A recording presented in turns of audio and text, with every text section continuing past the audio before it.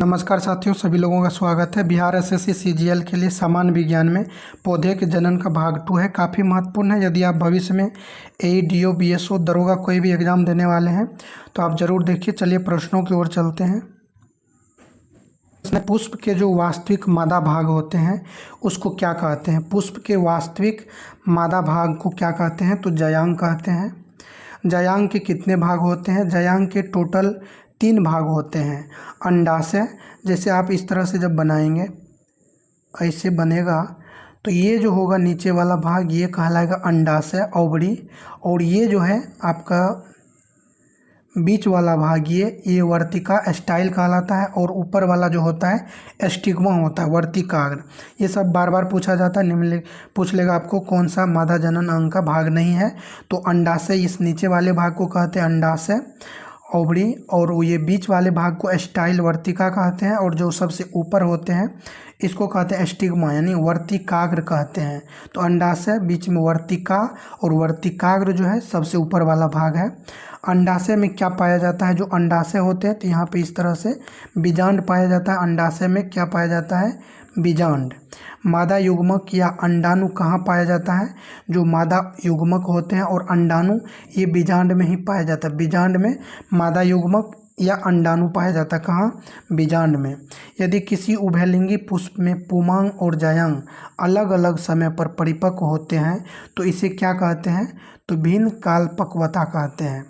पुष्प का प्रमुख कार्य क्या है? तो ये नाम से ही आपको पता चल जाएगा। पुष्प का प्रमुख कार्य क्या है? प्रजनन द्वारा फल तथा बीज का निर्माण करना। पुष्प जो है सबसे महत्वपूर्ण अंग है। तो पुष्प का जो मुख्य कार्य है प्रजनन द्वारा फल तथा बीज का निर्माण करना। अब जो है परागन जो होता है, पॉलिनेशन, इसके बारे में समझते हैं। परागन किसे कहते हैं? परागकणों के परागकोश से मुक्त होकर उसी जाति के वर्तिकाग्र तक पहुंचने की क्रिया को परागन कहते हैं।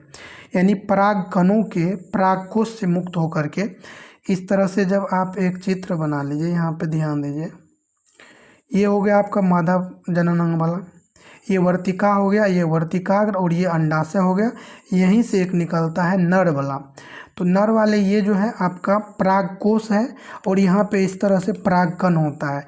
तो परागकण का जो होता है मुक्त होकर के, परागकण मुक्त होकर के यहाँ पे कह रहा है कि परागकणों के परागकोश से, तो परागकण जो है ये छोटे छोटे परागकोश से मुक्त होकर उसी जाति के वर्तिकाग्र, यहाँ जो वर्तिकाग्र है, वर्तिकाग्र तक जो पहुँचने की प्रक्रिया है उसी को परागन कहते हैं। परागन समझ गए किसको कहते हैं? परागकण कितने प्रकार के होते हैं? परागन जो होते हैं 2 प्रकार के होते हैं। एक स्वपरागन होते हैं और दूसरा परपरागन होते हैं। स्वपरागन किसे कहते हैं? पुष्प के परागकण का उसी पुष्प के वर्तिकाग्र पर या उसी पौधे पर स्थित किसी अन्य पुष्प के वर्तिकाग्र पर पहुंचने को स्वपरागन कहते हैं। यानी एक ही पौधा है, उसी में जो है एक दूसरे फूल के अंतर्गत हो जा रहा है तो इसी को स्वपरागन कहेंगे। और अलग अलग में जब जाएगा तो उसको क्या कहेंगे? परपरागन कहेंगे। एक ही पौधों के एक पुष्प के परागकोश से परागकण का उसी पौधे के दूसरे पुष्प के वर्तिकाग्र में स्थानांतरण का क्या कहलाता है? तो सजात पुष्पी परागन। परपरागन क्या है? एक पुष्प के परागकण का उसी जाति के दूसरे पौधे पर स्थित पुष्प के वर्तिकाग्र पर पहुंचने को परपरागन कहते हैं। परागन के कितने कारक हैं? तो 2 कारक हैं। एक तो अजैविक कारक है और दूसरा जैविक कारक है। परागन के 2 कारक हैं। एक तो अजैविक, यानी एक अजैविक जो है उससे होता है और एक जीव से होता है, तो उसको जैविक कारक कहते हैं। वायु द्वारा परागन को क्या कहते हैं? तो वायु परागन। और ये क्या है? अजैविक कारक है। अजैविक कारक है वायु द्वारा परागन। तो वायु द्वारा जो परागन होता है वायु परागन, यानी इसको एनीमोफिलस कहते हैं। एनीमोफिलस, वायु द्वारा परागन को एनीमोफिली या एनीमोफिलस कहते हैं। कीटों द्वारा होने वाले परागन को क्या कहते हैं? तो एंटोमोफिलस कहते हैं। कीट के द्वारा जो परागन होता है ये हो जाएगा आपका जैविक कारक। कीट के द्वारा जो परागन होता है ये जैविक कारक है और इसको कीट परागन या एंटोमोफिलस कहते हैं। एंटोमोफिलस ध्यान रखिएगा। जल के द्वारा होने वाले परागण को क्या कहते हैं? हाइड्रोफिली। हाइड्रोफिलस इसी को कहते हैं जल परागण। जल के द्वारा जो होता है हाइड्रोफिलस है जल परागण। तो नाम आपको यही आएगा, इंग्लिश वाला ही आएगा। हाइड्रोफिलस क्या है? तो जल के द्वारा होने वाले परागण है, या फिर कह लेगा कि जल के द्वारा होने वाले परागण को क्या कहते हैं? हाइड्रोफिलस। और जंतुओं के द्वारा होने वाले परागण को जूफिलस कहते हैं। जूफिलस। पक्षियों के द्वारा होने वाले परागण को ऑर्निथोफिलस कहते हैं। ऑर्निथोफिलस। नाम आपको हिंदी में जो नाम है उससे तो पता चल जा रहा है, इसीलिए ये नाम आपका आएगा ऑर्निथोफिलस। घोंघे के द्वारा होने वाले परागण को क्या कहते हैं? तो मेलाकोफिलस। मेलाकोफिलस। घोंघे के द्वारा जो परागण होते हैं मेलाकोफिलस कहलाता है। चमगादड़ के द्वारा होने वाले परागण को चिरेप्टोफिलस कहते हैं। चिरेप्टोफिलस। चिरेप्टोफिलस क्या है? चमगादड़ के द्वारा होने वाले परागण। जानवरों और कीटों में किसे मुख्य जैविक परागणकर्ता माना जाता है? जानवरों और कीटों में किसे मुख्य जैविक परागणकर्ता? तो मुख्य जैविक परागणकर्ता के नाम से मधुमक्खी को जाना जाता है। मुख्य जैविक परागणकर्ता के नाम से मधुमक्खी। परागण के बाद क्या होता है? निषेचन। परागण के बाद क्या होता है? फर्टिलाइजेशन यानी निषेचन होता है परागण के बाद। अगला आप समझेंगे कि परागण के बाद निषेचन कैसे होता है। निषेचन किसे कहते हैं? एक नर युग्मक का एक अंड कोशिका से संयोजन ही निषेचन कहलाता है। जो एक नर युग्मक है उसका एक अंड कोशिका से संयोजन को निषेचन कहते हैं। निषेचित अंड क्या कहलाता है? तो युग्मनज कहलाता है। जायगोट। जायगोट, इसको ध्यान रखिएगा। निषेचित अंड क्या कहलाता है? तो ऑप्शन में आपको युग्मन रहेगा, तो युग्मन भी रहेगा और युग्मनज भी रहेगा, तो युग्मनज मारना है। युग्मनज आपका सही है, जायगोट। निषेचित अंड का अंड क्या कहलाता है? तो युग्मनज। युग्मनज कहलाता है। युग्मन और युग्मक ये भी रहेगा, युग्मक, युग्मन, युग्मनज, तो वहाँ पे कंफ्यूज नहीं होना। युग्मनज ध्यान रखिए। निषेचित अंडा क्या कहलाता है? जो निषेचित अंड होता है युग्मनज कहलाता है, न कि युग्मक। तो युग्मनज को ध्यान रखना है आपको। निषेचित मादा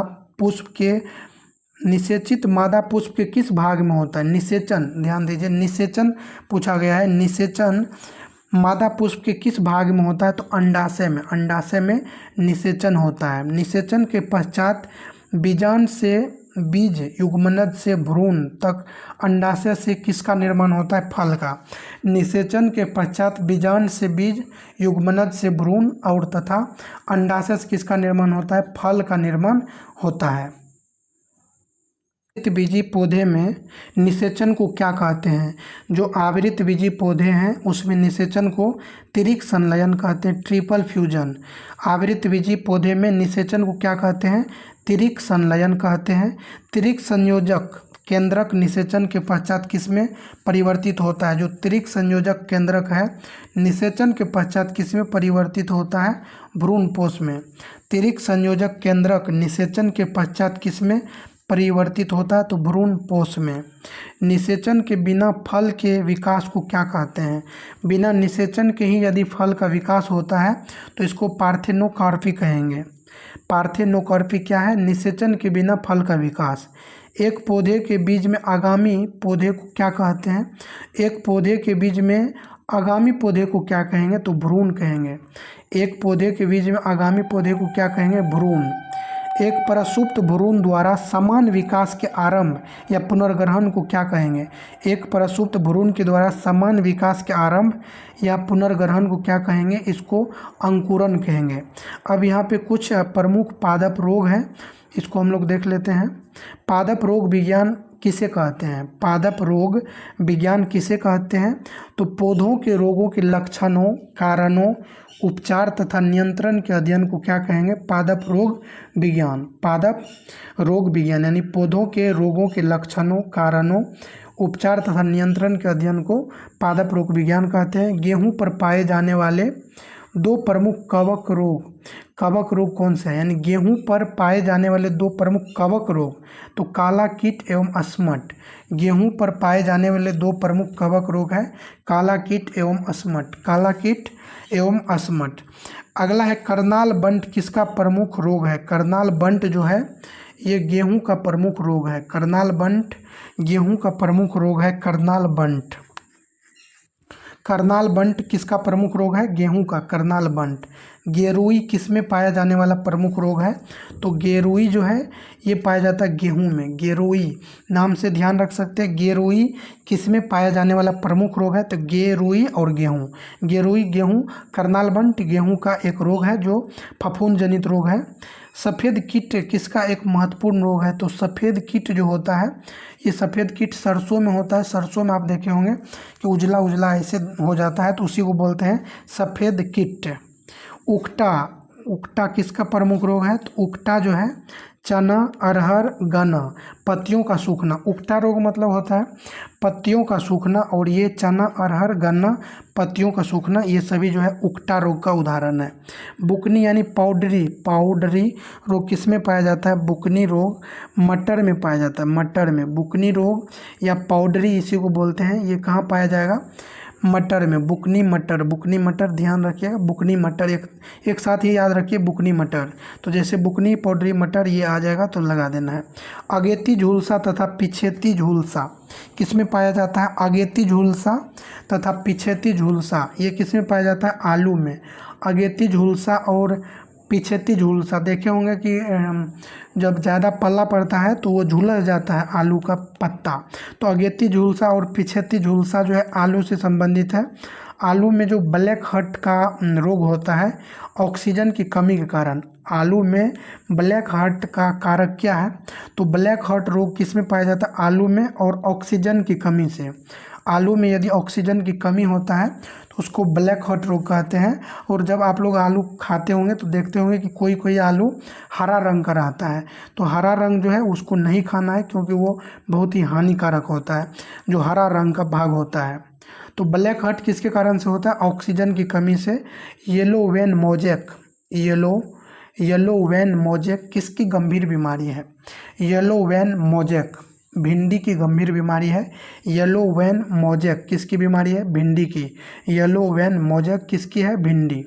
भिंडी में पीतवर्ण शिरा की बीमारी किसके द्वारा फैलती है? पीतवर्ण शिरा की बीमारी सफ़ेद मक्खी से। पीतवर्ण शिरा जो होता है सफ़ेद मक्खी से, ये विषाणु जनित है। पायरिला किस फसल का कीट है? पायरिला जो है गन्ने का कीट है। पायरिला किस फसल का कीट है? तो गन्ना जो होता है ना, गन्ने, उसमें एक कीट पाया जाता है पायरिला नामक। गन्ने आप देखे होंगे, गन्ने जिसका जूस भी बनता है, तो गन्ने में पायरिला नामक कीट पाया जाता है। मिथ्या कंड अथवा झूठा कंड, मिथ्या कंड अथवा झूठा कंड या फिर इसको फॉल्स समिट कहेंगे। ये किसका प्रमुख रोग है? धान का। धान का प्रमुख रोग है मिथ्या कंड, झूठा कंड या फॉल्स समिट, ये धान का प्रमुख रोग है। खेरा किस में पाया जाने वाला प्रमुख रोग है? तो खेरा रोग जो होता है धान में जस्ता की कमी से पाया जाता है खेरा रोग। धान का टुंगरो विषाणु किससे प्रसारित होता है? धान का जो टुंगरो विषाणु होता है हरी पत्ती के फुदके द्वारा। हरित बाल रोग यानी हरित बाल रोग जो होता है इसी को ग्रीन ईयर रोग बोलते हैं। तो ये बाजरे में होता है। हरित बाल रोग किस में होता है? बाजरे में देखने को मिलता है हरित बाल रोग। अरगट को इरगोट भी कहते हैं। अरगट किसकी प्रमुख बीमारी है? अरगट, अरगट है बाजरे की। अरगट किसकी प्रमुख बीमारी है? अरगट बाजरे की। टिक्का किसका प्रमुख रोग है? मूंगफली। मूंगफली में आप देखे होंगे ऐसे काला काला टिक्का जैसा हो जाता है। टिक्का रोग प्रमुख है, मूंगफली का रोग है। टिक्का रोग किस में पाया जाता है? मूंगफली में। पादप रोग फैलाने में किसकी विशेष भूमिका होती है? पादप में जो रोग फैलता है इसमें मुख्य भूमिका विशेष रूप से पक्षी का रहता है। पादप में जो रोग होता है इसको फैलाने में विशेष भूमिका पक्षी का। उड़ती धूल, बहती हवा और वर्षा। उड़ती धूल, बहती हवा, जैसे पक्षी कैसे फैलाएगा? एक पादप मान लीजिए यहाँ पे है और एक यहाँ पे है, तो यहाँ से पक्षी यदि इसमें कोई बीमारी है और यहाँ से इस पे बैठता है फिर उड़ के यहाँ पे बैठता है तो इसमें भी आ जाएगा। उड़ती धूल, कोई धूल इस पे आके गिरा और फिर वही धूल यदि इस पे आता है तो इसमें भी वही रोग होगा। बहती हवा, तो हवा के माध्यम से भी। और वर्षा, मान लीजिए इसके नीचे कोई इस तरह से छोटा पौधा है, पानी इस पे गिरा फिर इस पे गिरा तो इसमें हो जाएगा। तो यानी पक्षी, उड़ती धूल, बहती हवा, वर्षा, ये सभी पादप रोग को फैलाने के लिए जिम्मेदार है। मक्का में सफ़ेद कली यानी व्हाइट बड किस तत्व की कमी से होता है? मक्का में देखे होंगे सफ़ेद सफ़ेद हो जाता है उसके जड़ में, तो ये जो व्हाइट बड होता है मक्का में जिंक की कमी से होता है, जस्ता की कमी से। मक्का में सफ़ेद यानी सफ़ेद कली या इसी को कहते हैं व्हाइट बड किस तत्व की कमी से होता है? जिंक की कमी से। पौधे में व्हाइट बड रोग किसकी कमी से होता है? जिंक की कमी से होता है। मक्के में भी होता है। मक्का की पत्तियों के शीर्ष का सफ़ेद होना, जो मक्का की पत्ती है उसके शीर्ष भाग ऊपर वाले भाग सफ़ेद हो जाता है, और ये क्यों होता है? जड़न की कमी से, जस्ता की कमी हो जाता है जिसकी वजह से वो सफ़ेद होता है। चलिए अगला देखते हैं, पौधों में होने वाले प्रमुख जीवाणु जनित रोग। तो जीवाणु जनित यहाँ पे रोग है, नाम है, ध्यान रखिएगा, बार बार पूछा जाता है। रोग का नाम है और इधर जीवाणु। तो नींबू का कैंकर रोग जो होता है, एक तो डायरेक्ट पूछ लेगा कि नींबू का कैंकर रोग किसके वजह से होता है, तो नींबू का कैंकर रोग जीवाणु की वजह से होता है। और इससे ज़्यादा डीप में जाएगा तो फिर पूछा जाता है कि नींबू का कैंकर रोग जेंथोमोनास सिट्री नामक जीवाणु से होता है। नींबू में कैंकर रोग किससे होता है? जेंथोमोनास सिट्री नामक जीवाणु से। तो कैंकर कैंकू कौन करता है? जीवाणु। तो जेंथोमोनास सिट्री जीवाणु है जिसके कारण नींबू का कैंकर रोग होता है। बंद गोभी का काला गलन रोग, तो जेंथोमोनास कैम्पेस्ट्रिस बंद गोभी का काला गलन रोग जो होता है जीवाणु से। आलू का सेथिल रोग या रिंग रोग, आलू में सेथिल रोग होता है या रिंग रोग होता है, और ये भी जीवाणु की वजह से होता है। और जीवाणु क्या करता है, ऐसे ध्यान रखिए, जीवाणु शिथिल कर देता है। तो आलू का सेथिल रोग या रिंग रोग स्यूडोमोनास सोलेनेसियरम, स्यूडोमोनास सोलेनेसियरम नामक जीवाणु से होता है। क्राउन गाल रोग जो होता है एग्रोबैक्टीरियम के कारण, क्राउन गाल रोग ये जीवाणु कारण होता है एग्रोबैक्टीरियम के कारण। नेक्स्ट है गेहूं का जो टुंडू रोग होता है, गेहूं का टुंडू रोग ये जीवाणु के कारण होता है। टुंडू, गेहूं का टुंडू जीवाणु के कारण होता है। ब्लैक आर्म अथवा angular lip spot of cotton ये जेंथोमोनास नामक जीवाणु से होता है। धान का अंगमारी रोग जेंथोमोनास ओराइजी के कारण, धान का अंगमारी रोग होता है जेंथोमोनास ओराइजी नामक जीवाणु से। विषाणु जनित रोग देखेंगे, अब विषाणु से कौन कौन होता है? तंबाकू का जो मोजेक रोग होता है TMV टैबेको मोजेक वायरस, इसी की वजह से होता है, वायरस के कारण। आलू का मोजेक रोग और आलू का तंबाकू का मोजेक रोग TMV से हो गया, और आलू का मोजेक रोग होगा विषाणु के कारण। और पोटैटो वायरस एक्स, इसका नाम है पोटैटो वायरस एक्स। बंकी top of banana, banana virus 1 से होता है। तो बंकी टॉप ऑफ बनाना रोग किसके कारण होता है? विषाणु के कारण। बंकी टॉप ऑफ बनाना विषाणु, और विषाणु का नाम है बनाना वायरस 1। भिंडी का पित्तवर्ण सिरा, जो भिंडी का सिरा रहता है पित्तवर्ण जैसा होता है, तो सफ़ेद मक्खी वाहक इसका कारण है। अब कवक जनित रोग है, रोग का नाम है, इधर कवक है, तो धान की भूरी पर्ण चींटी brown leaf spot of rice, इसी को कहते हैं brown leaf spot of rice हेलिमेंथोसोपोरियम ओराइजी से होता है। तो धान की जो ब्राउन लीफ रोग होता है, भूरी पत्ती, ये कवक के कारण होता है। गेहूं का काला कीट रोग कवक के कारण होता है। गेहूं का सलत कण या ढीला कण ये भी कवक के कारण। आलू की अगेटी झुलसा कवक से होता है। बस कवक याद रखिए। आलू के जो पिछेती झुलसा अथवा उत्तर भावी अंगमारी ये भी होता है कवक के कारण। आलू का वाट रोग होता है, ये किसके कारण होता है? कवक के कारण वाट रोग आलू में होता है। अरहर की मलानी यानी इसी को कहते हैं उकठा रोग, ये भी कवक के कारण होता है।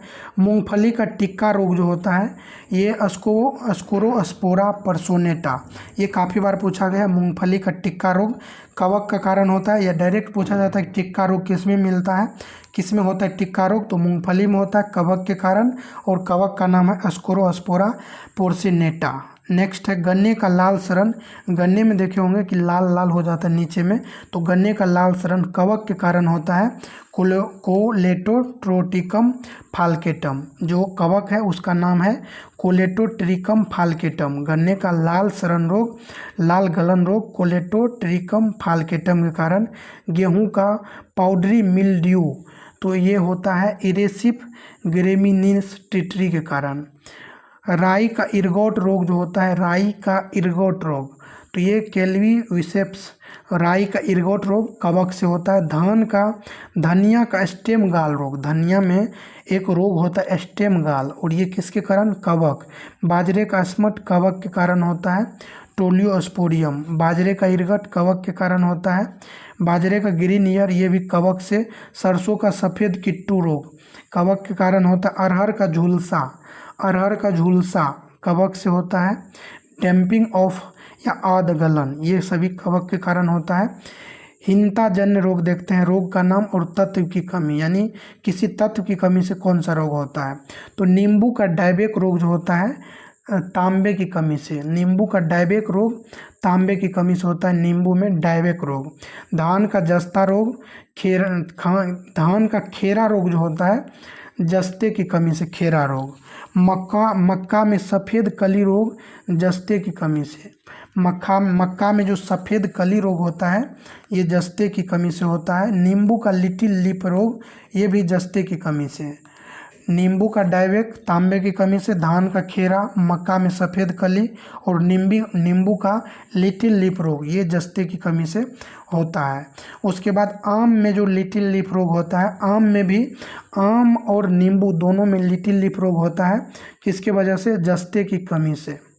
मटर का मार्स रोग जो होता है मैग्नीज की कमी से, मटर का मार्स मैग्नीज। चुकंदर का हॉट रोट, जो चुकंदर होता है उसमें हॉट रोट रोग होता है बोरोन की कमी से, बोरोन। और चुकंदर ऐसे याद रख लीजिए, चुकंदर जो है खाने से कहता है कि ब्लड बनता है, तो लाल होता है। तो चुकंदरों का हॉट रोट रोग बोरोन की कमी से, जब बोरोन की कमी हो जाता है तो चुकंदर में हॉट रोट रोग होता है।